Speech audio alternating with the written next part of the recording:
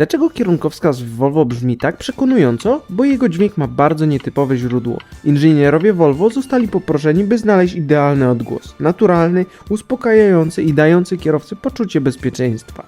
Zamiast sztucznych piknięć i plastikowych klików używanych przez innych producentów, postanowili poszukać inspiracji w naturze. Spędzili 2 dni w szwedzkim lesie, łamiąc i nagrywając ponad 300 gałązek różnych drzew, dębów, brzóz i sosen. Po wielu próbach wybrali jedną, odgłos łamanej gałązki szwedzkiego dębu. To właśnie on stał się charakterystycznym klik-klik kierunkowskazów Volvo. Czyli następnym razem, gdy włączysz kierunek w Volvo, wiedz, że słyszysz dźwięk złamanej gałązki z lasu.